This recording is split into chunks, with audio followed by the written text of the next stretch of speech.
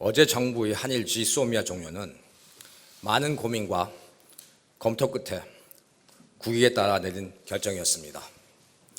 지소미아는 양국 간 고도의 신뢰 관계를 기초로 민감한 군사 정보를 교환하기 위한 것인데, 일본이 이미 한일 간의 기본적인 신뢰 관계를 훼손되었다고 하는 상황에서 우리로서는 지소미아를 유지할 명분이 상실되었습니다. 일본은 작년 우리 대법원의 판결이 1965년 청구권 협정과 위배되며, 따라서 우리가 국제법을 위반하였고 우리 정부가 대법원 판결을 시정하는 조치를 취할 것을 요구하면서 우리에게 부당한 경제 보복 조치를 취하였습니다. 다시 강조하지만 우리 정부는 1965년 청구권 협정을 부인한 적이 없습니다. 일괄되게 우리 정부는 일본 정부, 군 등 국가 권력이 관여한 반인도적 불법 행위는 1965년 청구권 협정으로 해결된 것으로 볼 수 없으며, 따라서 일제강점기 강제동원 피해자 개인의 손해배상 청구권은 여전히 살아있다는 입장을 취해왔습니다. 작년 대법원 판결은 이것을 확인한 것입니다. 일본 외무성 조약국장도 1991년 8월 27일 1965년 한일 청구권 협정으로 개인 청구권 자체가 소멸된 것이 아니라는 입장을 표명했습니다. 또한 2차 대전 중 사이베리아 억류되어 강제 노역을 당했던 일본인의 개인 청구권의 문제에 대해 일본 스스로도 일본 소련 간 공동선언에 따라 개인 청구권이 포기된 것이 아니라는 입장을 표명한 바 있습니다. 일본 정부는 우리 대법원 판결을 국제법 위반으로 규정하고 우리 정부가 이를 시정할 것을 요구하고 있지만, 이는 사법부의 독립성과 삼권 분립의 원칙을 무시하는 것으로서 정상적인 민주주의 국가에서는 사법부에 대한 정부의 간섭은 상상도 할 수 없는 것입니다. 그간 일본의 지도층은 기존 주장만을 반복하면서 대화에 전혀 진지하게 임하지 않은 채 우리가 국제법을 일방적으로 위반한 만큼 우리가 먼저 시정 조치를 취해야 한다고 하고 지속적으로 요구를 하기만 했습니다. 이에 대해 우리는 일측과 외교적으로 문제를 해결하기 위한 다양한 방안에 대해 열려 있다고 하면서 지속적으로 대화를 추진했습니다.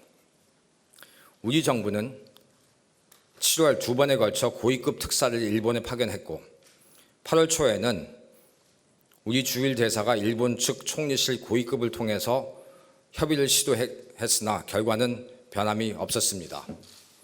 우리 산업부도 일본 측이 문제 삼고 있는 우리 측의 수출 허가제도 문제를 협의하기 위해 일본 경상성 측에 대화를 지속적으로 요청했습니다. 7월 16일 산자부 경산성 담당 국장 간 협의 요청에 이어 7월 24일 WTO 일반 이사회에서의 수석 대표 간 1대1 대화 제안, 7월 27일 RCEP 장관회담 제안 등 수차에 걸쳐 실무 협의를 제안했지만 일본은 이에 일절 응하지 않았습니다. 대통령의 8월 15일 광복절 경축사에서도 우리는 일본의 대화를 손길을 내밀었고, 심지어 경축사 발표 이전에 일측에 이러한 내용을 알려주기까지도 했습니다만 일측은 아무런 반응을 보이지 않았고 고맙다는 언급조차도 없었습니다. 8월 21일 베이징에서 개최된 한일 외교 장관 회담에서도 일측은 기존 입장만을 반복할 뿐 진지하게 대화에 임하지 않았습니다. 정부 차원의 노력만 있었던 것은 또 아닙니다. 국회 차원에서도 7월 31일부터 8월 1일간 한일의원연맹 소속 우리 측 의원들이 일본을 방문해서 일측 의원들과 협의를 해보았지만 우리 대표단이 현지에서 어떠한 대우를 받았는지에 대해서는 제가 지금 이 자리에서 설명 안 해도 여러분들이 다 잘 알고 계실 것입니다.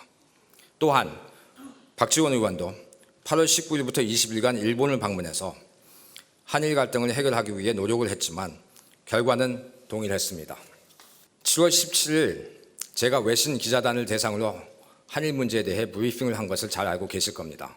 당시 저는 국내 언론의 비판이 있을 것임을 잘 알고 있으면서도 일본 국민들에게 직접 메시지를 전달하고자 메이지 유신을 성사시킨 조슈 사츠마 동맹까지 언급하면서 한일 간 미래지향적 협력 필요성을 강조했습니다.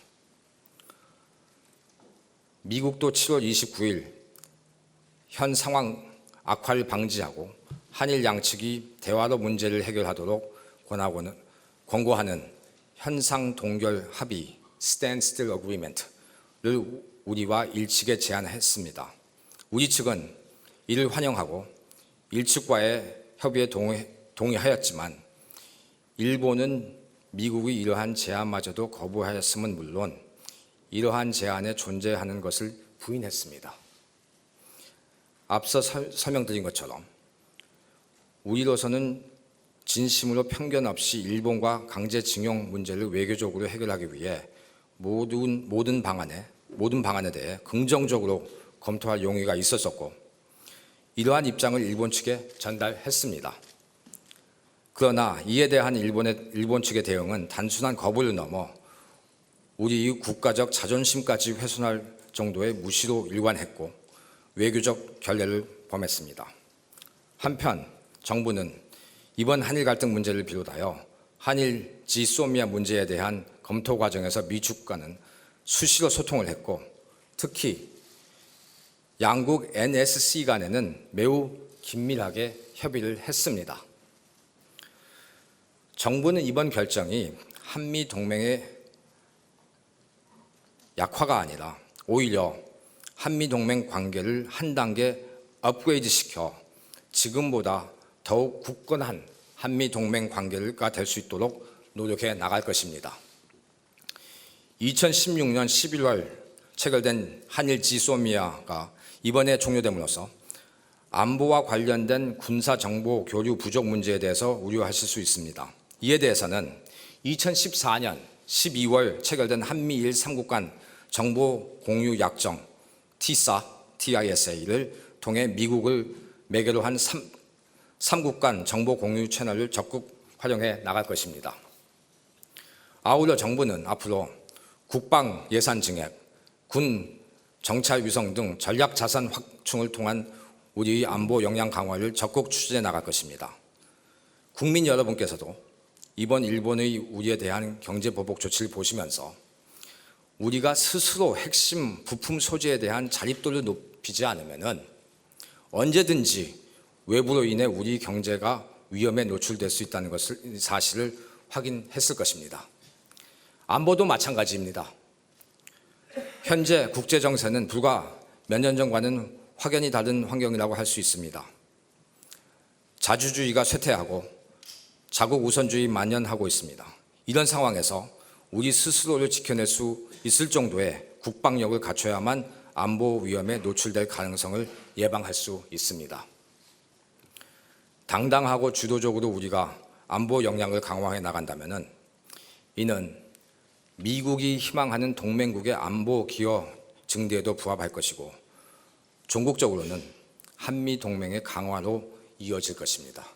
이상입니다. 감사합니다.